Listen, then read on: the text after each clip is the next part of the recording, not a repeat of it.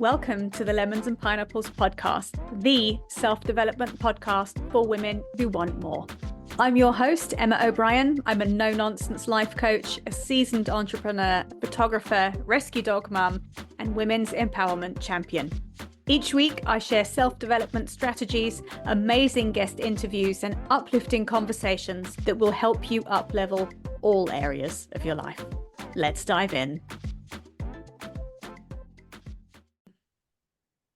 Hi, folks. Welcome to episode 2 of season 2 of the podcast. This is the first guest episode today. My guest today is Telana Simpson, and we're talking about one of my favorite topics, which is the skill of approaching and having courageous conversations. If you are conflict averse, or if you avoid speaking up even though you really need to or you want to, this episode is for you. First, a bit about my guest. Telana is a courage coach and an author. She helps bright, talented people have no regrets in life by being able to have the conversations that count. She coaches professionals, individuals, and entrepreneurs to have game-changing conversations by finding their courageous and authentic ways of communicating and expressing themselves. Telana's ability to explain the softer skills has been seen and heard on radio and TV, as well as podcasts and from stages. Her background in psychology, retail and e-commerce, as well as a public speaker, combine to deliver actionable tips and powerful stories to inspire listeners into action so they are seen, heard, celebrated, and compensated for their courageous ways. Welcome to the podcast, Telana. Thank you, Emma. It's one of my favorite topics as well. So yeah, and it's such an important one. And, we're talking about this today. And these courageous conversations are the kind of conversations that can be life-changing in all kind of manner of ways. But I think they're often the conversations that people tend to avoid, because going into a courageous conversation, you can often be really unsure of what the outcome's going to be, especially if it's something that might be challenging for people. So I'm curious as to if you can share what it means from your perspective to have a courageous conversation. So for me, why I termed it a courageous conversation is because it changes my mindset when I would need to have one of these conversations. It's much easier to have, well, I believe, I found a courageous conversation than a conflict or a confrontation or an argument, because it kind of gets you to think, well, okay, I need to be courageous here. What is the issue? And the reason we need courage in these conversations is just as you said, they are often life-changing, and that's why they're so scary. That's why they're so difficult. That's why we put them off, is because, one, I think a lot of us don't like the unknown. Most human beings do not like the unknown. We want to control things. We want the outcome to go a certain way, and you never know how a conversation is going to go. But the other thing is, because it's such an important topic, that whatever it is that needs to be spoken about, that's why it's always so difficult, because we know we are emotional. More than likely, the other person is going to have an emotional response. We're not comfortable with dealing with our emotions and others, and the topic is difficult because of the outcome that it could lead to, whether it's good or not. So courageous conversation is one of the first things that we need to do, is change our mindset around these conversations. So hence I call them courageous conversations, but also having the courage to have them, and also have them with skill, because you can confront positively. That actually builds a relationship that can move things forward in a positive way. And even if the outcome is the two people end up splitting for, whatever it is, you can still do that in a constructive, positive way. And that is still progress to me, instead of being in this limbo, not knowing and having tension. So that's what I mean by courageous conversations. Yeah, and I think it's so important to talk about this, because I can think of multiple examples in my life where I have put off having the courageous conversation that needed to be had, because actually I've thought of it as it being a difficult conversation. So For example, I can remember probably the most courageous conversation I ever had was asking my first husband for a divorce. But we got to that point because I had avoided having difficult conversations about what was going on before then. And the only, well, no, not the only reason, but the what led me to that conversation with him was just a point I'd hit a wall with. I actually can't live like this anymore. And I think we so often let ourselves get to a point almost of no return where we have no option but to have a very hard conversation, which probably could have been avoided if it had been had sooner or if there was better communication along the way. So I'm curious as to how you help your clients develop the courage to have these conversations. Well, the first part that I believe in being able to be more courageous in our communication is our relationship with ourselves and our inner foundation, if I can call it that. So I always start off with, we don't even get to how to deal with other people. We start with ourselves. And that is looking at our self-esteem, how we've constructed our sense of self-worth, and distinguishing that from our self-confidence. It's one of the most important distinctions I think we can make anyone is to de-link our doing, which is what we develop confidence in, from our being, which is how we value ourselves as a human being, which is self-esteem. How do you esteem yourself? And we've been taught in society, and I think a lot of our education system, and we can, there's a whole another conversation, but we've been taught to base our worth on what we do, on the results we get, and on what other people think of us. And that I actually call other esteem. You're giving your esteem, your sense of value, to other people, and they get to decide if you have value or not. So helping my clients take that back and actually esteem themselves by understanding what true self-esteem is, that we are a human being of worth and value. We're here to add our value to the world through what we do. That differentiates then our doing. And obviously one of those doings is how we express ourselves. And then that opens up that to just be a skill we can develop and learn. We don't have to be, it's not our identity. If we fail at the communication, we are not a failure. We just need to develop that skill. And then the growth mindset, can grow from there as well. So that's the first thing. And then understanding that emotions are going to always be there, part of life.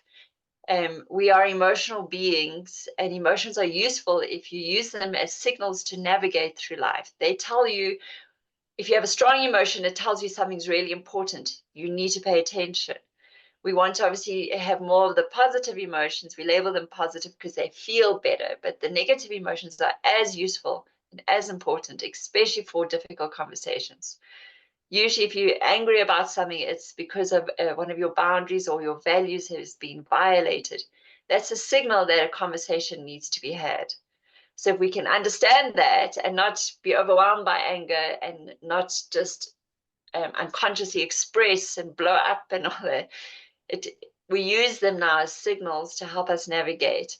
And then understanding what boundaries are, that we are in control of our thoughts, feelings, words, and actions, allowing other people to control theirs, own theirs, and putting up that boundary and knowing where we end and another person starts, and then that we're responsible to them in how we communicate. So I often say about these courageous conversations, it's not that you should or shouldn't have one, it's how you have them, which is the key part. And part of that is knowing about boundaries and how to say no, and also then part of that is how to not take things personally. And I think with the true self-esteem, where you don't identify with your doing, helps you to not take things personally and not take insult, because you have to literally take insult versus just hearing another person's opinion and letting it be like information that lies between us that you can look at and, oh wow, that's interesting that that person thinks that about me, versus taking it on board and making it becoming insulted. So those are some of the kind of mindsets or life skills, relationship skills that are foundational, that really help us to be stronger within ourselves. And then we can step into, okay, now how do we engage more with other people? how do we step out of like what is called the drama triangle into rather the empowerment dynamic, where we are allowing the other person to own their emotions, and we're asking for what we need, and we're allowing them to say yes or no, those kind of things. And also then the skill of positive confrontation. You know, as I said, we can have these conversations in a constructive way. So that's kind of like the process that I help people go through. And then, yeah, obviously it's about actually doing it. The only way we develop confidence in these conversations is to have them, is to get out there and start putting what we've learned into practice.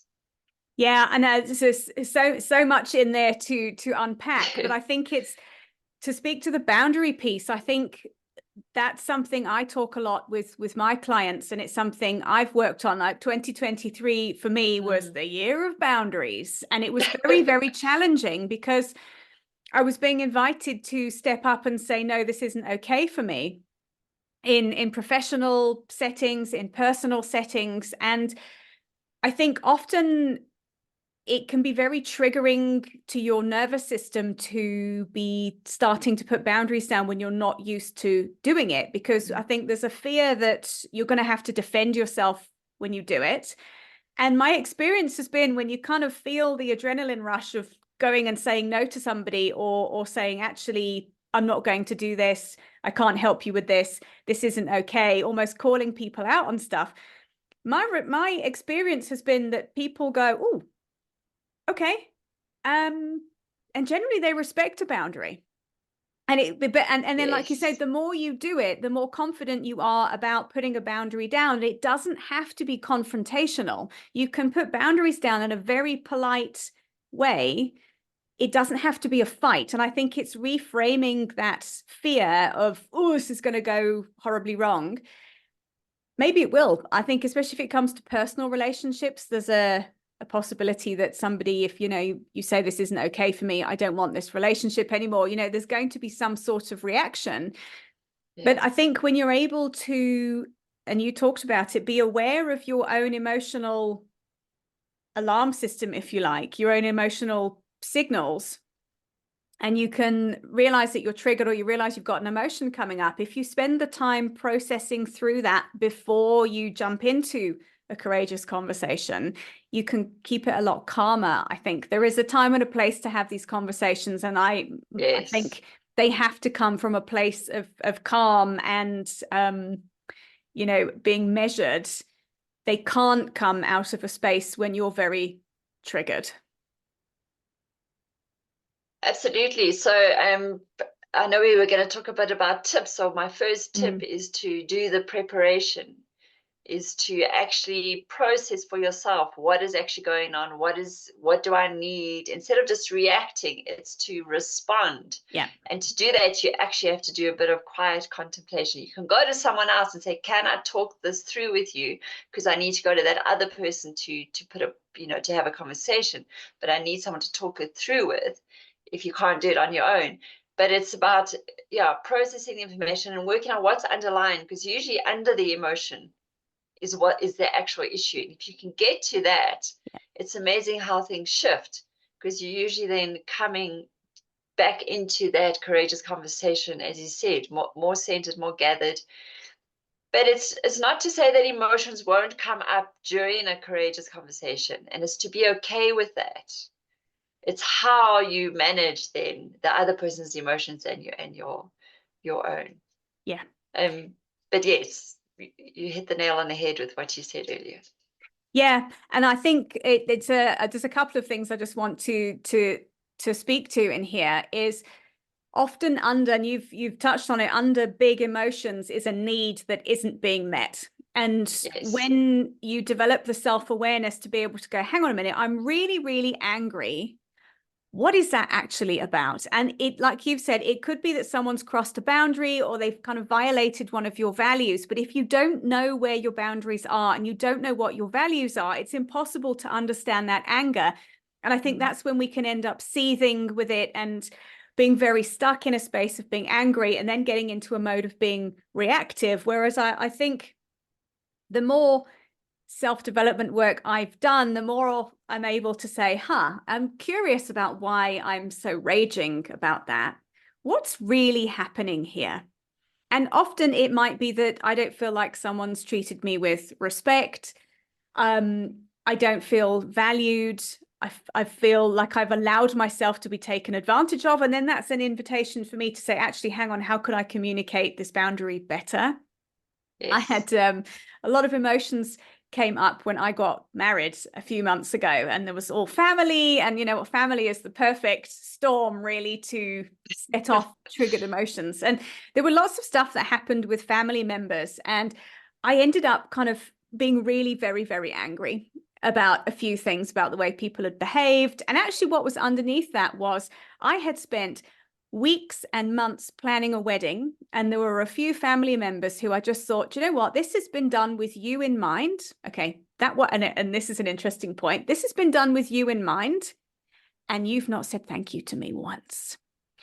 And I'm very angry about that. And then I realized, okay, well, that's understandable to feel angry about that. But I also had an invisible expectation that they would somehow Yes. know that some of the things that happened were done for their benefit, and they weren't told and they hadn't asked. And this is where we have to develop that awareness of saying, do I need to confront this person about something? Or actually, is this something I can sit and process through? Do I need to have a courageous conversation with But myself here? yes. Absolutely, yes. And the other thing I wanted to talk about that you mentioned was self-esteem. And we live in a world where we are taught to get external validation. With social media, we're taught that Yes. we go out and we seek likes on Instagram to validate our existence, and we seek approval from people to validate our existence. So how do we validate ourselves, which feels much better because you're constantly seeking if you're looking for external approval? But how do you go about validating yourself so your self-esteem is in a place of, wholeness for when you approach a courageous conversation? So the first place is to understand it as a concept first before anything else. And that is the concept of conditional versus unconditional esteem. There is such a concept, but we're not taught it. We're just talking about esteem. And so if you base your esteem on the conditions, then your esteem will always go up and down based on if those conditions are met. So that was, I talked about the other esteem is that validation of other people that is needed. If you don't get that condition of the 200 likes on your Instagram post, whatever, then you don't feel okay. Then you must look at, have you based your feeling of okayness on a condition of being liked by others, or on the fear of failure? What's behind it for me is this misunderstanding of esteem, making it conditional on what you do, whether you fail or not. I'm not okay and I won't be accepted if I fail, because then I'm proving to the world that I am a failure. So if you understand that distinction, and you can see that there's a conditional versus an unconditional, or I forgot the other term for it, but it's unconditional truth. I call it true self-esteem because I can't understand it any other way. It's that we are a human being of worth and value. And the easiest way for me to help you access that is to think of a newborn child. If you think of a baby, if I had a baby here in my arms, would you say that this child has value? Yep. And you're nodding your head. And everyone I ask is like immediately, it's yes. But Mm-hmm. how? How do you know? Because that child does not have any friends, does not have an Instagram account, does not have a job, any education, cannot even dress itself, feed itself. So it's none of the doing stuff, and yet we innately know that this child has value. It's a given. It's just because it's a life that is alive. We wonder what they're going to do with their value through their life. What skills are they going to learn? What job are they going to do to contribute to the world? But that innate value that we're born with, you don't lose when you become a 2-year-old or a 20-year-old or an 8-year-old.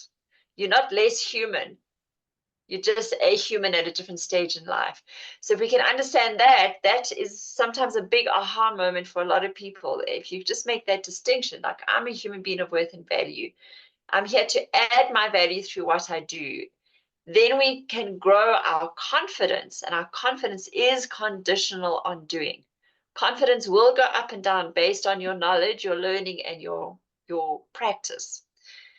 So I don't know if that answers you, but for me, it's a cognitive understanding, and then it's making the decision to live that way. I will esteem myself as a human being of worth and value, and I need to decide, where do I want to add my value to in this world, and therefore what skills do I want to develop confidence in. Yeah. It's a mind flip, but it's how it's a start, and it's the more we can keep making that decision and keep coming back to that kind of framework, the easier it gets, the stronger it gets, and it's subtle, but it's huge in the way we can tackle life from that perspective. Yeah, and I think it's such a great perspective to have on it. Is, like you said, confidence comes from doing things, and confidence comes from knowing that even if you're in a new situation, in a past situation, you've coped with something new, so you can cope with something new again. The self-esteem piece, I think, is the inner work bit that we all need to be working on day by day. Even if external circumstances aren't going my way, how can I treat myself with respect and value myself enough? And my experience is a lot of people have very low self-esteem from circumstances that have happened in life. They've maybe asked for what they want from caregivers who should have given it to them and haven't. And I think that's when it becomes eroded, and that's when it becomes difficult. And then, like you've said, when people have low self-esteem, it's very hard to approach these courageous conversations where you need to ask for something different. You need to ask for what you want. And that comes down to like self-reflecting, and it comes down to really knowing yourself well, and knowing, we've touched on it, the values you've got, what you stand for, what matters to you, and what isn't okay for you. And I'm finding with a lot of the clients I work with, it's about relearning that. Yes.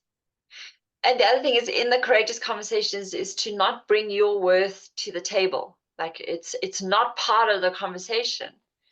You are talking about a doing. And if you can separate yourself from it, and also the other person, it's not they as a human being are not wrong or bad because of the boundary they've crossed. It's their doing that was not okay. And so when you separate that, that's also in part of your prep. You can then say, listen, I value you, I value our relationship, but that doing upset me, and this is why it upset me, and this is my need behind it. And I'm asking, not telling, I'm asking if you could meet that need in this way. And it's amazing when someone hears that, they don't feel attacked personally. They're more open to actually hear what you have to say, and they get a choice. And most people, especially if you're in a relationship with them, want you, when you want to meet your needs. They want to help you and contribute. So it's, yeah, that's why the starting point is our relationship with ourselves, and then changing our mindset about these difficult conversations. Yeah. And then, yeah, doing them. Yeah. And I love what you shared there about approaching a courageous conversation if you're, like we keep talking here about a boundary violation with somebody else who has not met a need for whatever reason, of not blaming that person, but actually kind of bringing it back to, when you did X, I felt Y. Please, could you do it this way next time? Or please, could you not Yes. do that? It takes, even just the way you've worded it, it takes the charge out of it. And I think when we can take the charge out of a difficult conversation, courageous conversation, it becomes much easier to approach it when you have the toolkit to be able to do that. Yes. So, which leads me to my last question for you. So, for someone who is listening, who knows they need to have a tough chat, a courageous conversation with a boss or a spouse, can you share a few tips for someone so they can approach that and maybe do it today after listening to the podcast rather than waiting a year and hoping something is going to change? That seems to be a theme for a lot of people as well, is sitting around thinking, well, maybe if I hope hard enough, the other person will mind read and magically this will be different. It doesn't work like that, folks. You've got to learn this skill. No, absolutely. And the thing is to know it is a skill you can learn. We're not just born with this ability or not. It is something that can be taught, that we can teach ourselves. So the first thing, as I said earlier, is the preparation. For me, if you are not prepared, and as we said, so I won't go into cover it too much, but if you're not in a good enough space within yourself to have it, even though at the moment when you bring the subject up, you might be a bit emotional and your voice might shake, that's all okay. But if you've done the prep, you will already feel more confident in having it. And part of that preparation that we've touched on is your intention in having this conversation. I think, and sometimes in the prep, you said we realized the courageous conversation actually needs to be with ourselves. We're putting on an expectation so if we don't need then to have a conversation with the other person, we actually just need to process it ourselves and in future make our expectation known. That's probably the learning. But our intention is what is your reason behind wanting to have this conversation? What are you trying to achieve by it? And you'll find it mostly is to improve the relationship, to grow the relationship, to make things better the next time. If you can hold on to that and use that to start off the conversation, you set the frame, you set the tone of it, but you won't be aware of it if you haven't done the prep. So the first tip is do your prep. Get yourself, process, as we said, get in touch with your intention, what you're hoping the result will be, even though we have no idea what the other person will bring to the table. But your intention behind the result is usually to resolve the conflict, improve the relationship, create more understanding, put a boundary in place so that there's a more harmonious environment in the relationship. Something like that. Then the second part is to allow the other person time to prepare. So invite them to the conversation. Don't just bring it on them. So I think you said there's a time and place. Think about where would be the best environment. It's no good having this in the middle of a meeting if you want to ask your boss for a raise and you're just going to bring it up, in front of other people. Or it's just to invite them, say, listen, I'd love to talk to you about my role here and my salary expectations. I have some ideas. When would be a good time for you? And could we meet in the boardroom? You know what I mean? So you're actually thinking of a place and a time and allowing that person then a chance to prepare. You're not going into the detail, but you're giving them a sense of what needs to be discussed. If that person says, we can do it right now, I'm ready, great, you're prepared, and that person feels prepared. But often they just need, even if it's 5 minutes, even if it's a day, do you know what I mean? It's to give them a chance to prepare themselves mentally, emotionally, and around it. And then is to remind yourself that it's okay to have, I call them timeouts, the big, you see them in sports and that. Often people feel like, especially when it's so important to you and it's raw for you and the energy's there, we want to solve it right now because we want to be in control and we don't like the unknown and we don't like this tension. So we think that we're going to get it all resolved in one conversation. Sometimes it needs a number of conversations. So it's okay to have a timeout. And that's usually when you become emotional, when you're triggered by whatever comes back at you in the conversation, or the other person is no longer resourceful. They've been triggered in some way. It's to offer that person, or you ask for yourself a timeout. Listen, I'm realizing this is getting a bit heated. I think let's just take a 5-minute break. Or listen, we're running out of time now, and this is that important to me because reminding them of your higher intention. We're running out of time now. Could we reschedule for tomorrow to continue this? It is amazing what that does. A bit of time for someone to reflect, or when you've heard back that person's side of the story, sometimes you need to then go and reflect with that information. You assumed something and the facts are totally different. So it's asking for the time to just go again, process, have a time out, 5 minutes, 5 days, whatever is appropriate, and to come back in. But also not to leave it too long. People procrastinate on having these. I think you said, like, you put them off. The longer you put them off, often the more difficult it becomes to bring it up. The more the misunderstandings accumulate on top of each other, the worse you feel and all that. So you want to try and have the conversations close to an actual event that triggered it, but still having had time to process and allow the other person time to process. So don't wait, and then just activate your courage. Courage is an inner strength that allows us to do what's difficult, to face the risk of the conversation. And sometimes you just need 30 seconds of courage, just like do it. And once you start, it's easier to get going. It's that courage you just need to initiate, to ask for it, to pick up the phone, to send the email.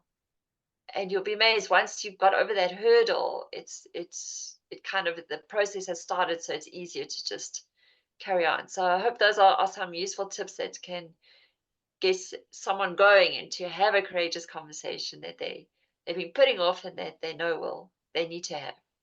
Yeah, I think so much good advice there. And this piece you mentioned about intention, I think, is so valuable to to ask yourself, why am I having this conversation? Because I think it can be easy to listen to this and think, oh, I need to go out and have courageous conversations with quite a few people who need to know how I'm feeling about something. And I think you've got to ask yourself, what is the purpose of this? If it is, like you've said, to improve a relationship, to resolve something, someone said something and you're thinking, I don't actually know what to read into that. You might just need some clarity. The intention might be, I just want clarity on, did they mean what I think they meant or not? Before you cut them out and you're like, wow, they said this thing to me. And meanwhile, we're all misunderstood. But it's also important not to go into one of these conversations to vent with the purpose of, I'm going to vent at you. And there's a big distinction there. So I think that's my biggest takeaway from this conversation. Well, there's so many, but this is one that's really sitting with me. Is this, why am I having the conversation? What is the purpose of it? And to keep that purpose in mind when you're talking, because like you've said, that'll help you have the courage. If the purpose is to be kind and to resolve something and to make something better, keep that in the back of your mind, even when things get heated. Often I have found, if it's a sensitive conversation, the other person might get a bit triggered by it. And it's being able to understand that, give them the room to be triggered. And like you've said, when people get really flooded by emotions, to be courageous enough to say, hang on a minute, this looks like you're not coping or I'm not coping. Can we come back to this?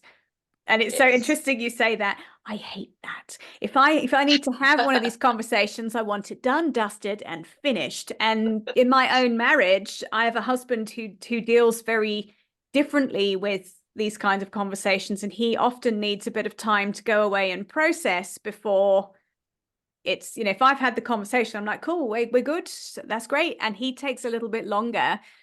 And I've realized that actually he just needs that space to process, and I must just give that to him rather than trying to, rush everything through. Yeah. So valuable. Thank you, Telana, very, very much for this. It's so much information and value in here for people.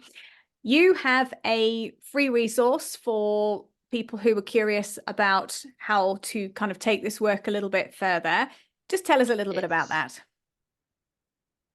Yeah, so I came up with 7 top tips. They, for me, are the most important things in having a courageous conversations. I've obviously shared just a couple of here. So the guide is just about what are those top tips and how to implement them. And it's a great resource. It's I've had great feedback about it. So it's short and sharp and to the point, but very practical. It's things you can implement right now in any kind of courageous conversation. And actually the starting point is about our framework around these conversations. So I give you some useful ways of thinking about courageous conversations that take them from being arguments, disagreements, fighting, conflict to a courageous conversation. And then the 7 top tips. And yeah, you can get it at my website, innercoaching.co.za/guide. So if you just go and look for the guide on inner coaching, and I'd love to hear from you and see if you've got any questions about the 7 top tips for more Amazing. courageous conversations. Yeah. Amazing. I'm going to share that in the show notes. I'm going to share the link to your website. How can people connect with you on socials, Telana? Well, I'm on Instagram, Telana Simpson. You can find me there. Also on Facebook and TikTok even. But I love playing around on Instagram. So there would be, and it's all under my name, Telana Simpson. Perfect. I'll share the links in the show notes. Thank you again for your time today and for joining me and for what has been a really, really interesting and enlightening conversation. Oh, thank you, Emma, because it's so important. I hope that we can go and change our world one courageous conversation at a time. So thank you too. Brilliant. Thanks for being with us today, folks. I hope you enjoyed this episode. I will see you same time next week. Bye for now. Thank you for listening to today's episode. If you've enjoyed it, please leave me a 5-star rating and a review, and make sure you share this episode with a friend who you know will also enjoy it. I'd love to connect with you on Instagram. Please drop me a DM and say hi at Emma O'Brien Coach. And for more information about coaching with me, please head to my website, which is emmaobrien.coach.com.